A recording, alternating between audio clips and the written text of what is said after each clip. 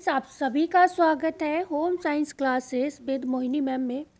आज की जो क्लास है वो होगी आपकी, या तो एक तो यार्न काउंट की होगी, दूसरा ट्विस्टिंग क्या होता है पूरा की पूरा आपको इसमें ट्विस्ट के विषय में समझ में आ जाएगा।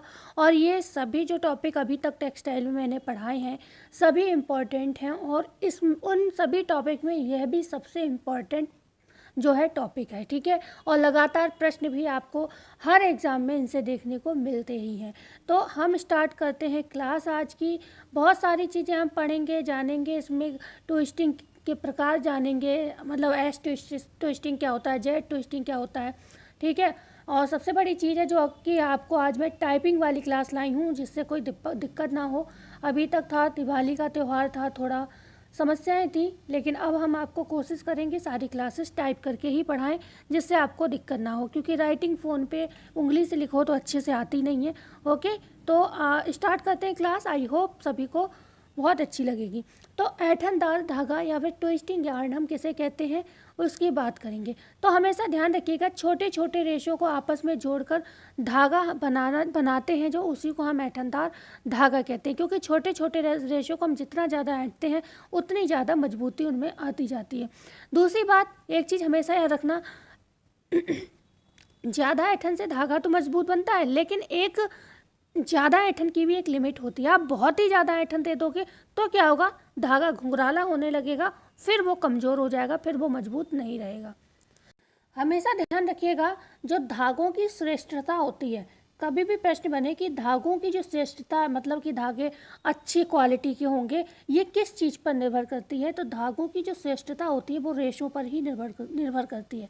ओके, किस पर? रेशों पर निर्भर करती है। इसीलिए कहते हैं वस्त्र विज्ञान में जब भी वस्त्र का अध्ययन करना है तो सबसे पहले रेशे का अध्ययन किया जाए, और रेशे से धागे बनते हैं और धागे से ही कपड़ा बुना जाता है। तो सबसे पहले आपको पूरी जो रिसर्च करनी होती है वो रेशे पर करनी होती है, ठीक है। तो धागों की श्रेष्ठता जो होती है रेशों पर यहाँ पर निर्भर करती है। अच्छा, क्यों आवश्यक है ट्विस्टिंग? अगर ये बात आए कि भाई इसके फ़ायदे क्या हैं, क्यों हम ट्विस्टिंग करते हैं, तो सबसे बड़ी बात हमने क्या बताया, जितनी ज़्यादा आप ट्विस्ट करते हो धागा क्या होता है, मजबूत होता जाता है, ठीक है।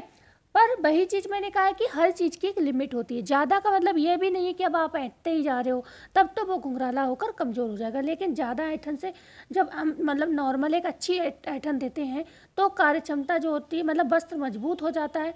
भाई धागे मजबूत होंगे, ट्विस्टिंग अच्छी होगी तो उससे कपड़ा भी मजबूत बनेगा, अच्छा बनेगा, ठीक है। तो एक तो मजबूती आती है, अब जब मजबूती है तो उसकी कार्य क्षमता बढ़ जाएगी, है ना।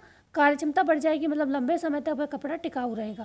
ओके, सुंदर तो लगेगा ही लगेगा, और उसकी बारीकी जो धागा अच्छा होगा, अगर क्वालिटी का अच्छे से रेशा बटा हुआ होगा, बिल्कुल पास पास सटे हुए रेशों से बटाई की गई होगी, तो जब आप उसका कपड़ा बनाओगे तो वो भी बढ़िया, बिल्कुल सघन अच्छा कपड़ा बनेगा, तैयार होगा, ठीक है। जिससे आपको क्या है, उत्तम वस्त्र की प्राप्ति यहाँ पर होगी।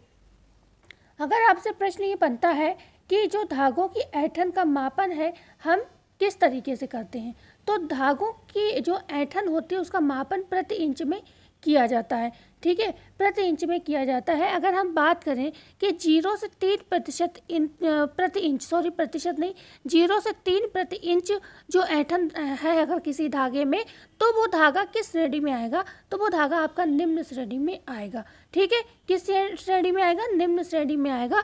मतलब उसके कपड़े जो होंगे थोड़े जालीदार होंगे, उसमें आपको छेद छेद दिखेंगे, ठीक है। तो ये बहुत मतलब निम्न क्वालिटी की आपकी ऐंठन होती है। औसत ऐंठन 3 से 7 प्रति इंच होती है, और ज़्यादा ऐंठन वाले कपड़े जो होते हैं वो 7 से 12 प्रति इंच के होते हैं। लेकिन अभी हमने आपको बताया जो उच्च श्रेणी की ऐंठन होती है उसके मतलब जितनी ज़्यादा ऐंठन होगी धागे में, उतना अच्छा जो है धागा बनेगा और उतना ही अच्छा कपड़ा बनेगा। लेकिन हमेशा ध्यान रखिएगा, जो ज़्यादातर वस्त्र बनते हैं वो आपकी औसत ऐंठन से बनते हैं, ना ही बहुत ज़्यादा ऐंठन के बनते हैं और ना ही निम्न ऐंठन के बनते हैं। तो अगर आपसे ऐसा प्रश्न पूछा जाए कि ज़्यादातर कपड़े हैं जो किस प्रकार की ऐंठन से बनाए जाते हैं, तो वो 3 से 7 प्रति इंच औसत ऐंठन का, यहाँ पर हम एक औसत ऐंठन का प्रयोग करके हम कपड़े जो बनाते हैं वो मतलब जो कपड़े हम अच्छे बनाते हैं वो औसत ऐंठन वाले धागे का प्रयोग करके हम बनाते हैं, ठीक है। क्लियर हुआ? बस आपको पॉइंट पता होना चाहिए। उच्च श्रेणी की ऐंठन 7 से 12 प्रति इंच यहाँ पर होती है। अब बात आती है कि हम औसत ऐंठन से ही धागे क्यों बनाते हैं। अभी हमने कहा कि भाई जो उच्च श्रेणी की ऐंठन होती है वो मजबूत होती है, लेकिन बात यहाँ पर यह है कि जितनी ज़्यादा ऐंठन होती है उससे क्या हो जाता है, रेशों की चमक कम हो जाती है। ठीक है, तो चमक कम हो जाती है, बहुत ज़्यादा ऐंठन भी क्या होती है, रेशों की चमक को कमज़ोर चमक को क्या है, कम कर देती है। तो चमक अच्छी से बनी रहे, इस वजह से कपड़ा सुंदर भी लगे, इस वजह से जो है आपको ऐंठन जो है निम्न जो उत्तम औसत ऐंठन होती है उसका प्रयोग यहाँ पर हम जो है करते हैं। ठीक है, जो अगर आपसे पूछा जाए कम ऐंठन वाले धागे के प्रयोग से वस्त्र कैसा बनता है, तो आप कहोगे चमकदार बनता है। ठीक है, अगर आपसे ये पूछा जाए कि कम ऐंठन वाला वस्त्र है तो उससे कैसा कपड़ा बनेगा, तो चमकदार आपका कपड़ा बनेगा। लेकिन अधिक ऐंठन से चमक कैसी हो जाएगी, कम हो जाएगी। तो आई होप आपको ये चीज़ यहाँ पर क्लियर हो गई होगी। अब आपसे बात आती है कि जो ऐंठन होती है वो जमी हुई होनी चाहिए, मतलब ये नहीं है कि बीच बीच में गैप होना चाहिए, एक तरीके से पूरी जमी हुई होनी चाहिए। लेकिन बात आती है, अगर आपसे प्रश्न किया जाए कि ताप सूनम रेशो में जो ऐंठन होती है उसको कैसे जमाते हैं, ताप सूनम रेशो में ऐंठन को कैसे जमाते हैं, तो यहाँ पर जब ताप सूनम रेशो में ऐंठन को जमाया जाता है कि एक सी ऐंठन रहे, तो उसमें गर्मी दी जाती है। ठीक है, गर्मी के द्वारा, ऊष्मा के द्वारा यहाँ पर जो है ये इस ऐंठन को जमाया जाता है। ठीक है, इतनी चीज़ आपको आई होप क्लियर हो गई ऐंठन के विषय में। अब हम बात कर लेते हैं थोड़ा और आगे बढ़ते हैं अपनी ट्विस्टिंग के प्रकार पर। जो अभी तक हम ऐंठन पढ़ रहे थे ट्विस्टिंग, अब उसके प्रकार पूछे जाएं कितने हैं, तो आप कहोगे ये लगभग 2 प्रकार की मुख्यतः मानी जाती है। कौन कौन सी, एक तो होती है एस ट्विस्टिंग, एंटी क्लॉकवाइज ये वाली ऐंठन की जाती है। मतलब एंटी क्लॉकवाइज का मतलब हो गई जैसे ये घड़ी है, ओके, जब आप जानते हो यहाँ पर 12 होता है, यहाँ पर 6 होता है, यहाँ पर 1 2 3 और मतलब 4 5 आते हैं, 4 5 आते हैं यहाँ पर, फिर 6 आता है, फिर इधर जाता है 7 8 9 10 11, ऐसे करके घड़ी चलती है। तो आपसे क्या कहा, एंटी क्लॉकवाइज, तो ये इधर को नहीं जाएगा, ये बल्कि इधर को जाएगा। ठीक है, इस तरीके को आपको ऐंठन दिखेगी, तो ये ऐसे घूमते हुए दिखेगी, तो ये ऐसा आकार की ऐंठन हो जाएगी। ठीक है, ऐसे घूम रही है ना, उल्टी आ गई ना, तो ये ऐस बन जाएगा ऐसे, ओके, तो ये उल्टी जा रही है। लेकिन अगर आपसे बात की जाए जेड ट्विस्टिंग की, तो ये क्लॉकवाइज चलती। क्लॉकवाइज का मतलब यही हो गया, जैसे ये ऐसे जाती है।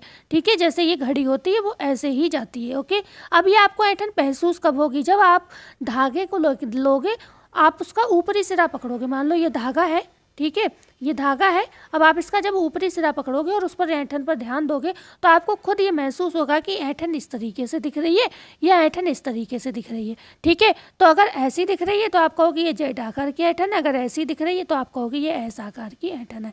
ठीक है, तो क्लियर हुआ ये चीज़। देखो ये धागे हैं, जब आप रेशे को मतलब धागे को पकड़ोगे तो आपको खुद प्रतीत होगी कि अगर इस तरीके से दिख रही तो ये ऐसा आकार है, और ऐसी दिख रही है तो ये जेड आकार की ऐंठन है। ओके, तो मतलब 2 तरीके की होती है, एस ट्विस्टिंग और जेड ट्विस्टिंग। एस ट्विस्टिंग कैसी होती है, एंटी क्लॉकवाइज होती है, घड़ी की विपरीत दिशा में होती है। क्या कहोगे, घड़ी की विपरीत दिशा में, घड़ी की विपरीत दिशा में, भाई इंग्लिश हिंदी दोनों आना चाहिए। ठीक है, विपरीत दिशा में होती है। और जो जेड ट्विस्टिंग होती है वो क्लॉकवाइज मतलब घड़ी की दिशा में चलती है। ओके, आगे अगर हम बात करें जो जेड घुमाव होता है, मतलब जेड ट्विस्टिंग जो होती है उसको स्त्रीकृत घुमाव या स्टैंडर्ड ट्विस्ट भी कहा जाता है। ठीक है, तो जेड घुमाव को स्त्रीकृत घुमाव या फिर स्टैंडर्ड ट्विस्ट कहा जाता है, ये आपको पता होना चाहिए। अच्छा, ट्विस्टिंग का मापन की यूनिट क्या है, तो ट्विस्टिंग का जो मापन किया जाता है वो टीपीआई बोलते हैं, ट्विस्टिंग पर इंच। अभी हमने आपको बताया था नहीं बताया था, देखो पर इंच 0 से 3% निम्न श्रेणी का ऐंठन, तो क्या है ये, क्या है, पर इंच है, प्रति इंच मतलब पर इंच। ठीक है, औसत ऐंठन 3 से 7 प्रति इंच हो गया, तो उच्च श्रेणी का ऐंठन 7 से 12 प्रति इंच। तो हमने क्या कहा यहाँ पर, जो टीपीआई का मतलब होता है ट्विस्टिंग पर इंच, कितनी ट्विस्टिंग की गई है। जैसे कि पहले में हमने बताया प्रति इंच कितना, मतलब प्रति इंच 1 से 3 ऐंठन दी गई हैं। ठीक है, तो ऐसे करके आप समझ सकते हो टीपीआई का मतलब क्या होता है, ट्विस्टिंग पर इंच की 1 इंच में कितनी ऐंठन दी गई है। आगे बात करते हैं घुमाव की मात्रा में मुख्यतः कारण क्या है भिन्नता के। जो ऐंठन हम देते हैं वो उसका क्या कारण है कि जी ये अलग अलग होती है। भाई इससे ये भी रीजन हो सकता है तंतु की लंबाई क्या थी। मान लो तंतु बहुत छोटा था तो हमने प्रति इंच उस हिसाब की ऐंठन दी, तंतु बहुत लंबा था तो उस तरीके की ऐंठन दी, फिर तो हमें ज़्यादा ऐंठन देनी पड़ेगी लंबे तंतुओं में, है ना। तो इस तरीके से तंतु की लंबाई भी जो होती है आपकी कहीं ना कहीं इसमें भूमिका निभाती है। साथ ही साथ सूत्र की माप की आपको कितना लंबा धागा बनाना है, ओके, तंतु की लंबाई, दूसरा सूत्र की माप के आपको कितना लंबा धागा बनाना है, उसमें भी मतलब उस वजह से भी जो है ये इसमें भिन्नता देखी जाती है ऐंठन में। जितना लंबा धागा होगा उतना मतलब ऐंठन ज़्यादा होगी धागे में।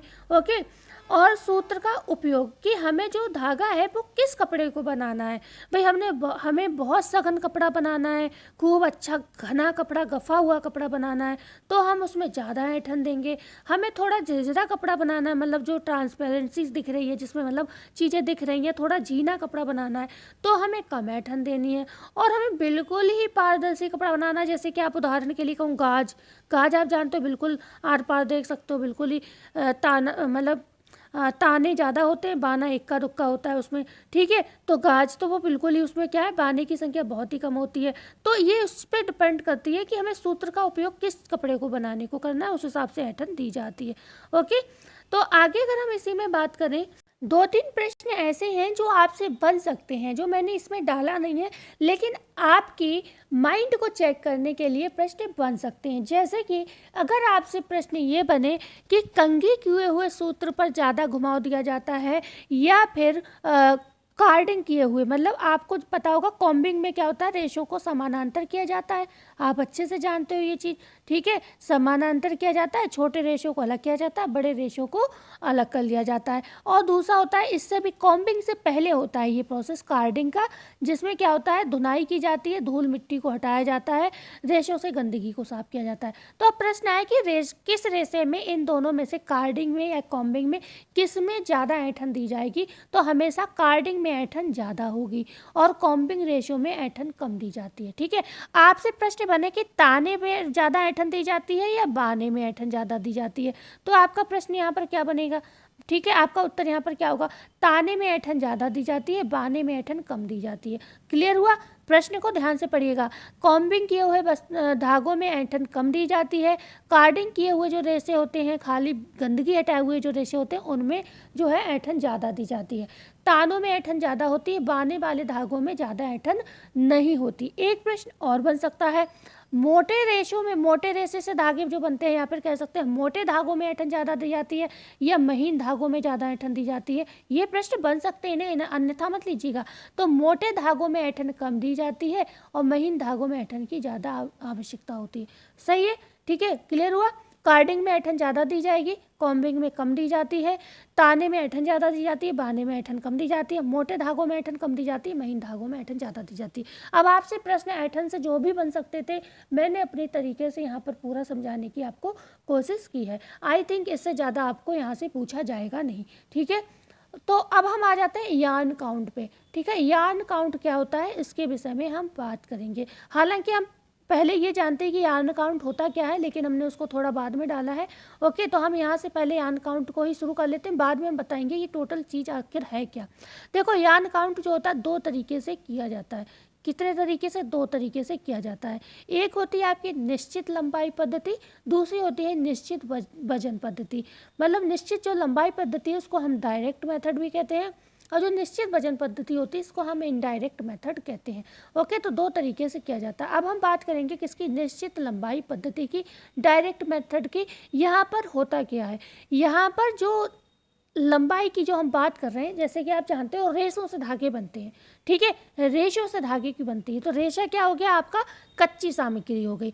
कच्ची सामग्री हो गई भाई, रेशा जब रेशे से जब धागा बन जाएगा, वस्त्र बन जाएगा, तो वो पक्की सामग्री हो जाएगी। लेकिन रेशा क्या है, रॉ मटेरियल है, कच्चा माल है। ओके, रेशे से आप कुछ भी नहीं बना सकते हो। हाँ, वो बात और है, आप नमदा फेल्ट बना सकते हो वो खराब रेशों से, तो लेकिन हर वस्त्र नमदा और फेल्ट से नहीं बनता है, ठीक है।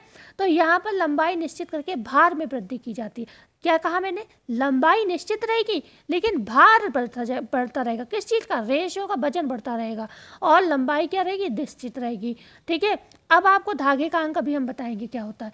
देखो, आप देख रहे होगे भार बढ़ रहा है, किस चीज़ का, रेशों का। 1 पाउंड हो गया, 2 पाउंड हो गया, 3 पाउंड हो गया, 4 पाउंड, 5, 6, 7, 8, ऐसे करके 9, 10 तक आप जानते हो, मतलब कितना भी बढ़ा सकते हो। ये तो आपको समझाने को दिया है कि 7, 8, 9, 10, 8, 9 नहीं दिया, लेकिन डायरेक्ट 10 दे दिया, इसलिए कि सारे अंक मतलब समझाना ही तो है आपको, है ना। तो 10 तक मान लो आपने बढ़ा दिया, तो यहाँ पे क्या है, रॉ मटेरियल, रेशे तो बढ़ते जा रहे हैं, ओके, लेकिन वजन आपने देखा, सॉरी लंबाई देखी 840 ही, वजन तो बढ़ रहा है, 1 पाउंड हुआ, फिर 2 पाउंड हो गया, फिर 3 पाउंड हो गया, लगातार बढ़ा, लेकिन धागे की लंबाई क्यों नहीं बढ़ी? 840 गज, 840, 840, 840, यहाँ तक हमने 10 पाउंड वजन बढ़ा दिया, तब भी 840 ही रहा। तो यहाँ पर आप क्या कहोगे? धागा कैसा प्राप्त होगा? मोटा प्राप्त होगा। क्यों प्राप्त होगा? क्योंकि माल तो बढ़ता जा रहा है। ठीक है, समझने के लिए हमने क्या था, हमें क्या था, हम 2 रोटी बनाने बैठे, हमें 1 रोटी मान लो बनानी थी, लेकिन घर में कोई आया, उसने क्या कहा कि 1 रोटी नहीं, ऐसा करो 2 रोटी बना लो, मतलब 2 लोई दी उसने कहा, मेरे पास 1 लोई थी, उसने 1 लोई और दे दी, कहा कि लो भैया 2 बनाओ, लेकिन ऐसा है बनाना उतनी बड़ी, इसी के ऊपर रख लो इस लोई को, बनाना उतना ही बड़ा, बड़ा नहीं करना रोटी को। ये नहीं कि रोटी आप बड़ी करो, रखनी उतनी बड़ी है, लेकिन लोई कितनी हो गई? 2 हो गई, लेकिन लंबाई कितनी बताई कि उतनी ही रखनी है जितनी बड़ी रोटी होती है। मतलब 1 लोई दी उसने, फिर थोड़ी देर में मुझे 1 लोई और दी, मतलब अब 3 लोई हो गई कि बेटा लो, अच्छा इसे भी इसी में मिला लो, लेकिन रोटी बढ़नी नहीं चाहिए, उतनी बड़ी रहनी चाहिए। ठीक है, फिर उसके मूड खराब हुआ, उसने अच्छा 1 और, वो मुझे परेशान कर रहा है, ऐसे समझ सकते हो। ठीक है, अब वो लोई पे लोई मुझे दिए जा रहा है, पर शर्त एक ही रख रहा है कि भैया लोई तो मैं तुम्हें दे रहा हूँ, लेकिन आपको रोटी बड़ी नहीं बनानी है, रोटी उतनी बनानी है। ठीक है, तो अब आपको एक चीज़ समझ में आ रही है, यहाँ पर जितना ही लोई बढ़ती जाएगी उतना ही आटा मतलब रोटी मोटी होती जाएगी। और ऐसे ही आप समझ लो, जितना ही धागे का कच्चा मटेरियल रेशे जितने ही बढ़ते जाएंगे, धागा तो मोटा रहेगा लेकिन लंबाई उतनी ही रहेगी। लेकिन जब हमने 1 पाउंड, ठीक है, रेशा दिया किसी व्यक्ति को, तो 840 गज प्राप्त हुआ। ठीक है, तो उसको हम 1 अंक दे देंगे। ओके, लेकिन जैसे ही 2 पाउंड हमने रेशा दिया, हमने 840 गज का ही धागा बनाया, मतलब लंबाई हमने उतनी रखी, लेकिन अंक 2 दे देंगे। क्यों? जैसे जैसे धागा मोटा होता जाएगा वैसे वैसे धागा जो है निम्न कोटि का होता जाएगा। मतलब 1 अंक का धागा श्रेष्ठ है, 2 का उससे कम श्रेष्ठ है, 3 का उससे कम श्रेष्ठ है, 4 का उससे कम श्रेष्ठ है, 5 का उससे कम श्रेष्ठ है। जैसे जैसे ये संख्या बढ़ती जाएगी निम्न कोटि का धागा आपको प्राप्त होता चला जाएगा। क्यों? क्योंकि धागा बराबर मोटा होता चला जा रहा है, लंबाई बढ़ नहीं रही है, लंबाई निश्चित है ना, निश्चित वजन पर निश्चित लंबाई पद्धति है ना ये। तो इस अभी हमने कौन सा पढ़ा? निश्चित लंबाई पद्धति को पढ़ा, क्योंकि लंबाई यहाँ पर निश्चित थी, 840 से लंबाई ऊपर नहीं हुई बल्कि बराबर रही। ठीक है, लंबाई ना कम हुई ना लंबाई ज़्यादा हुई, लंबाई कैसी थी? इक्वल रही। ठीक है, तो इसलिए हम इसको निश्चित लंबाई पद्धति कहते हैं कि रेशो को कितना भी बढ़ा दिया जाए, प्रश्न बने कच्चे रेशो की मात्रा में पर्याप्त वृद्धि या लगातार वृद्धि आपसे मतलब पूछा जाए होती जा रही है, लेकिन धागे की लंबाई उतनी ही है, तो हम उसको कहेंगे धागे की जो है निश्चित पद्धति, लंबाई की निश्चित पद्धति हम उसको कहेंगे। ठीक है, ओके। धागे का अंक जैसे जैसे धागा मोटा होता चला जाएगा वैसे वैसे अंक बढ़ता रहेगा। 1 पाउंड 1 अंक, 2 पाउंड 2 अंक, 3 पाउंड 3 अंक, 4 पाउंड 4 अंक।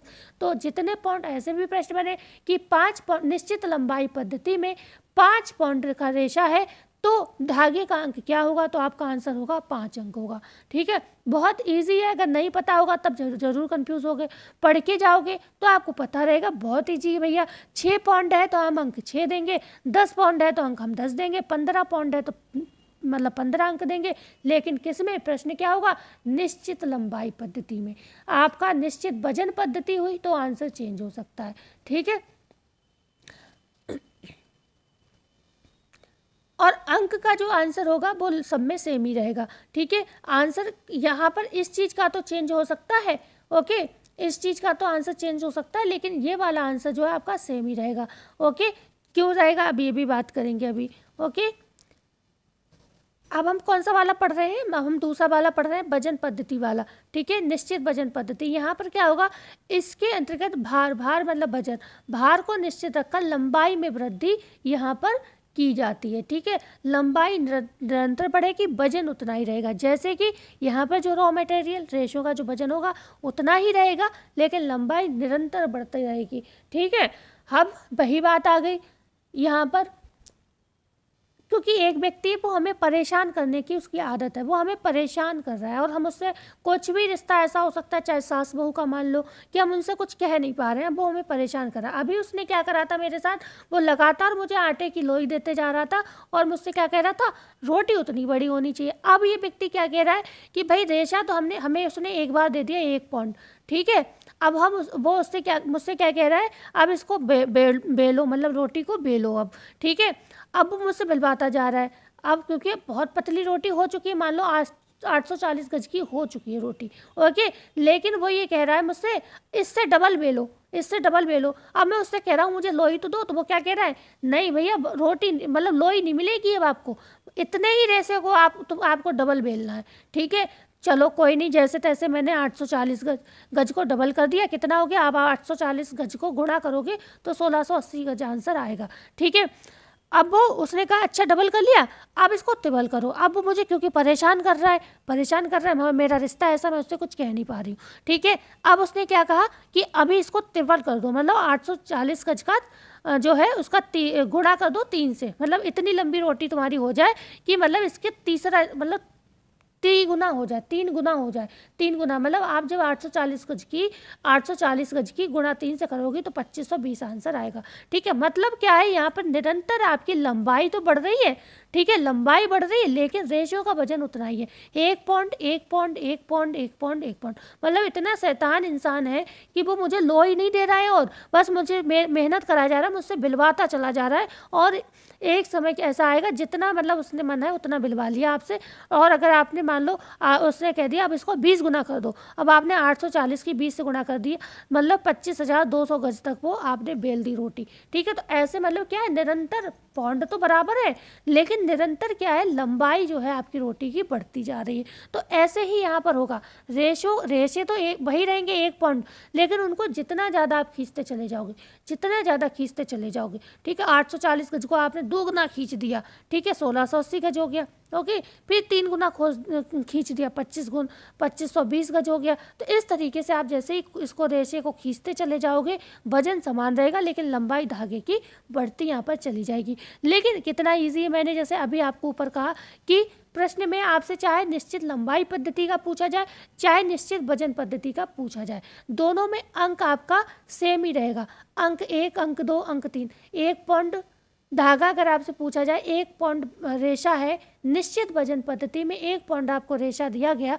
तो आप धागे को कितना अंक दोगे, तो आप कहोगे 1 अंक देंगे। अगर आप कहोगे हम वही वाला प्रश्न दोबारा रिपीट किया गया कि 1 पॉइंट रेशा है और उसको नहीं, या आपसे ऐसे प्रश्न उल्टा प्रश्न पूछा जाएगा कि 2 अंक धागे का निश्चित वजन पद्धति में जो रेशो का वजन है कितना रहेगा, तो वो 1 पॉइंट ही रहेगा। आपसे अगर ये पूछा जाए 50 पॉइंट, समझने के लिए 50 अंक का धागा है, 50 अंक का धागा है, तो निश्चित वजन पद्धति में उसमें रेशो का वजन क्या रहेगा, आंसर 1 पॉइंट ही होगा, ठीक है। क्यों, क्योंकि इसी रेशे को खींचते चले जा रहे हैं, इसी रेशे को खींचते चले जा रहे हैं। क्लियर हुआ, नहीं हुआ? अगर आपसे मतलब कैसे भी प्रश्न पूछा जाए कि ऐसे पूछा जाए, अगर 840 गज रेशे मतलब 840 गज धागे से 4 गुना अधिक लंबा धागा प्राप्त करने के लिए निश्चित वजन पद्धति में कितने पौंड रेशों की आवश्यकता होगी, तो भी आपका आंसर 1 पौंड ही रहेगा,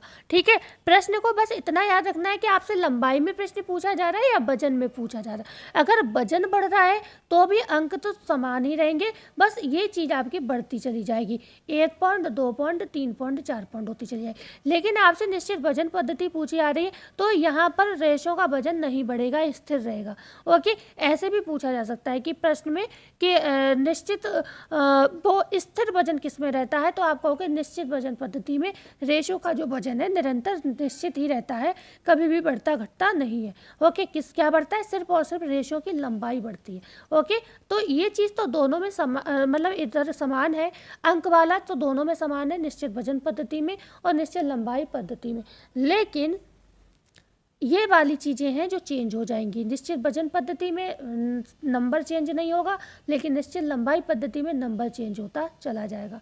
ठीक है, तो आई होप अगर आपको क्लियर हो गया हो तो मुझे ये प्रश्न में ज़रूर कमेंट में डाल दीजिएगा कि हाँ मैम चीज़ क्लियर है, क्योंकि आपको अगर क्लियर नहीं होती है चीज़, हम डाउट में रहते हैं आपको समझ आ रहा है नहीं आ रहा है, तो एक कमेंट कर दिया करो कि मैम क्लास हमें समझ आई है। ठीक है, तो हम बात करते हैं अब काउंट क्या होता है। भाई हम काउंट जो करते हैं वो काउंटिंग होती क्या है, मतलब रेशे से जो धागे बनते हैं उसमें हम काउंट जो बोलते हैं ये है क्या। तो ये जो काउंट है ये संकेत करता है कि 1 वर्ग इंच कपड़े में कितना ताना और बाना है। ठीक है, ये जो काउंट है आपका, ये काउंट, ये ट्विस्टिंग नहीं है, ट्विस्टिंग हमने पढ़ लिया। ठीक है, ट्विस्टिंग हमने आपको स्टार्टिंग में समझा दिया। ये हम धागे का काउंट जो पूछा जाता है वो पढ़ा रहे हैं आपको। ठीक है, नंबर कह सकते हो धागे का। तो यह जो काउंट ही होता है, इसी समय ये पता चलता है कि एक वर्ग इंच का कोई कपड़ा आपने लिया है तो उसमें कितना ताना है और कितना बाना है। जैसे कि यदि 1 वर्ग इंच कपड़े के ताने और बाने के तारों की संख्या 100 है तो कपड़े का गुणांक 100 का वर्ग होता है, अर्थात 100 गुणा 100। जैसे कि आपको समझने के लिए वर्ग मतलब हमने जैसे बात की, अब ये बराबर है, इक्वल दिख रहा है आपको। ठीक है, इक्वल दिख रहा है। अब आपने क्या है, ये ताना हो गया, इक्वल होने चाहिए, मतलब मेरे तो थोड़ा लाइनें गड़बड़ हो रही है। ये ताने हैं समझ लो, ये बाने नहीं है, सॉरी ये बाने हैं, उल्टा कर दिया मैंने, कहा ये ताने हैं। ठीक है, ओके, ये ताने हैं। तो ये क्या बिल्कुल क्या है, बराबर है। मतलब कितने मैंने बनाए, गिन लो, मैंने 1 2 3 4 5 बनाए हैं। तो यहाँ पर आपको ये समझो 5 ही बाने भी रखने हैं, 5 ही ताने रखने हैं। ओके, तो क्या ये बिल्कुल बराबर हो गए ना। तो ऐसे अगर मान लो 100 इधर होते 100 इधर होते हैं, या तो ये तो मैंने कम जगह में आपके कम बनाए हैं। अगर सीधे बनाऊँ आपको ऐसे हो सकता है गड़बड़ लग रहा हो, जैसे कि ऐसे लिया मैंने, लाइन खींची। ठीक है, अब हमने क्या है, ये क्या हो गए आपके, ये क्या हो गए, ताने हो गए। ठीक है, ये ताने हो गए। अब इन्हें 100 मान लो, मैं समझाने का 100 का उदाहरण दे रही हूँ, 10 का भी दे सकती हूँ। ठीक है, कोई दिक्कत नहीं। अब ये बराबर होने चाहिए, ताने अगर बाने बराबर है तो हम उसको मान लो 10 है तो 10 गुणा 10 कहेंगे, 100 है तो 100 गुणा 100 कहेंगे। ठीक है, तो यहाँ पर ये पता चलता है कि 1 प्रति इंच वर्ग में, मान लो ये 1 प्रति इंच वर्ग है और इसमें तानों और बाने की संख्या कितनी है, इसी से निर्धारित ये होती है। तो यहाँ पर क्या कहा, ताने और बाने का मतलब 100 का वर्ग होगा, ये मतलब वर्ग को ऐसे लिखते हैं। ठीक है, तो ये इसका क्या होगा, 100 का वर्ग होगा।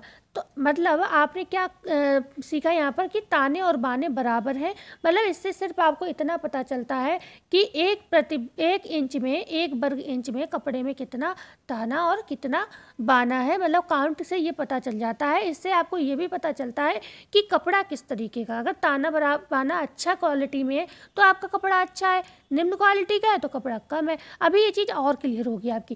ताने की संख्या 90 है और बाने की संख्या 80 है तक है, तो इससे कम ना हो तो ये वस्त्र अच्छा या उच्च श्रेणी का काउंट माना जाएगा। मतलब आपसे अभी हमने बताया ऊपर कि 100 गुणा 100 है, मतलब 100 ताने हैं 100 बाने, तो बहुत अच्छा है, मतलब अच्छा है, कपड़ा खराब नहीं, जितने ताने उतने बाने हैं, खूब अच्छा सघन कपड़ा है। लेकिन आपका 90 से 80 भी है, मान लो ताने की संख्या तो 90 है, ताना तो 90 है और बाना कितना है, 80 है, तो ये भी अच्छा काउंट है। लेकिन अगर 80 से कम हो गया, मान लो ताने तो 90 है, बाना 80 से कम हो गया, तो ये वस्त्र अच्छा नहीं माना जाएगा। ठीक है, तो ये वस्त्र अच्छा माना नहीं जाएगा। क्लियर हुआ आपका। 90 मतलब 10 का डिफरेंस तो चल सकता है कि 90 था, 90 से 10 कम हुआ, 80 हो गए बाने, तब तो चलो सही है। लेकिन 90 ताने हैं और रेशे आपने बाने क्या है निरंतर कम कर दिए, 80 से 70 कर दिए, 70 से 60 कर दिए, तो वो कपड़ा निम्न क्वालिटी का होता चला जाएगा।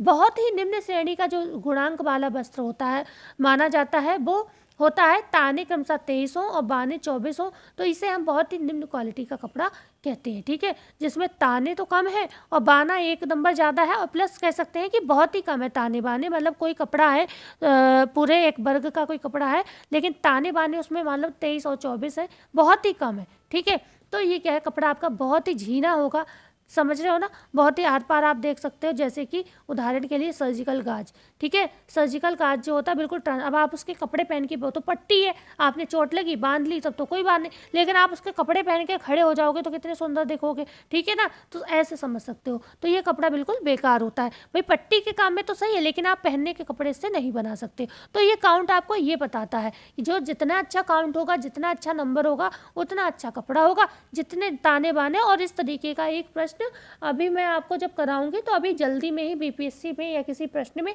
आया हुआ है, ठीक है।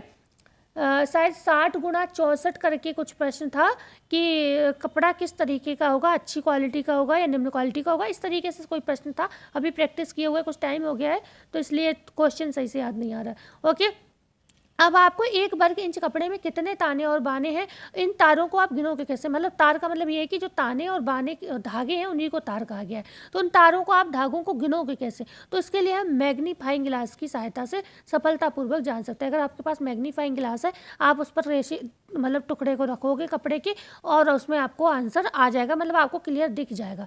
क्लियर दिख जाएगा, आप आराम से गिन लोगे कि ताने कितने बाने कितने। ताने की संख्या 90 है और बाने की संख्या 80 तक है। अच्छा, ये मैंने वही चीज़ रिपीट कर दी है, कोई बात नहीं।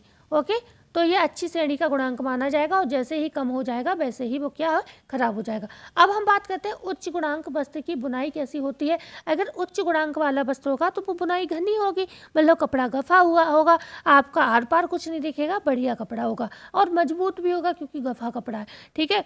लेकिन निम्न गुणांक बुनाई वाला जो कपड़ा होगा, भाई काउंट का मतलब यही होता है कि काउंट से ये पता चल जाता है कि कितने ताने हैं कितने बाने हैं, जिससे कपड़े का आप आइडिया लगा लोगे कि भाई ये कपड़ा अच्छा है या खराब है। ओके, तो निम्न गुणांक वाली बुनाई जो होती है उससे विरल कपड़ा होता है, छेद छेद से दिखाई देते हैं, मतलब आर पार चीज़ें दिखाई देती, तो वो कपड़ा जो है अच्छा दिखाई नहीं देता है। ओके, जैसे कि ऐठन का है कि बहुत ही कम ऐठन होगी तो धागा मतलब धागा भी झीना होगा और आप उससे कपड़े बनाओगे तो वो भी झीना होगा। तो ऐसे ही गुणांक में है, जितनी अच्छा गुणांक होगा उतना अच्छा घना कपड़ा होगा, जितनी अच्छी ऐठन होगी उतना अच्छा घना कपड़ा होगा, जितनी कम ऐठन होगी उतना विरल कपड़ा होगा, वैसा ट्रांसपेरेंट कपड़ा होगा। और वैसे ही गुणांक में भी सेम चीज़ होती है, जितना ही कम गुणांक होगा उतना ही कपड़ा छेददार होगा, आर पार दिखने वाला होगा, ठीक है। तो आई थिंक इतना आपको क्लियर होगा आज की क्लास में और आपको वो समस्या फेस नहीं करनी पड़ रही होगी जो मैं लिखती थी बोर्ड पर। तो बताइएगा ये क्लास ज़्यादा बेहतर लगी या जो मैं लिख कर पढ़ा रही थी वो क्लास ज़्यादा अच्छी लगी। अच्छा, जो मेरा व्यू है, मेरा व्यू ये है कि अगर व्यवस्था अच्छी हो, ठीक है, व्यवस्था अच्छी हो, जैसे बोर्ड अच्छा हो, लिखने की पूरी अच्छी सी व्यवस्था हो। जैसे मैं तो फ़ोन की स्क्रीन पर उंगली से लिख रही थी तो नहीं हो पा रही थी, राइटिंग अच्छे से नहीं आ रही थी और उंगली में भी थोड़ा इरिटेशन होता था लिखने पर, ठीक है। लेकिन अगर बढ़िया व्यवस्था हो, जैसे लोग डिजिटल बोर्ड पर पढ़ाते हैं, तो लिखकर ही पढ़ाने में मज़ा आता है, बच्चे का कॉन्सेंट्रेट बना रहता है। लेकिन क्योंकि जब व्यवस्था ना हो तो इस तरीके से पढ़ाना मुझे ज़्यादा बेहतर लगा। तो आप बताइए आपको कौन सी क्लास अच्छी लगी, ये वाली या वो वाली, तो ज़रूर कमेंट करके बताइएगा। एक बार इसको आप चाहें तो देख लीजिए, मैंने अपनी तरफ से सारा पढ़ाने की कोशिश की है और आई थिंक इसमें ना समझने वाली कोई चीज़ थी नहीं, ठीक है। ये बात हो रही है कि मैंने ज़्यादा समझा के आपको कंफ्यूज कर दिया हो, लेकिन वैसे इसमें कुछ ज़्यादा पढ़ने वाला नहीं था। ओके, बहुत इजी मतलब टॉपिक था, बहुत ज़्यादा डिफिकल्ट ये टॉपिक नहीं है। तो मिलते हैं कल नई वीडियो में नई जानकारी के साथ। जाते जाते वीडियो को लाइक शेयर एंड सब्सक्राइब जरूर करिएगा। धन्यवाद।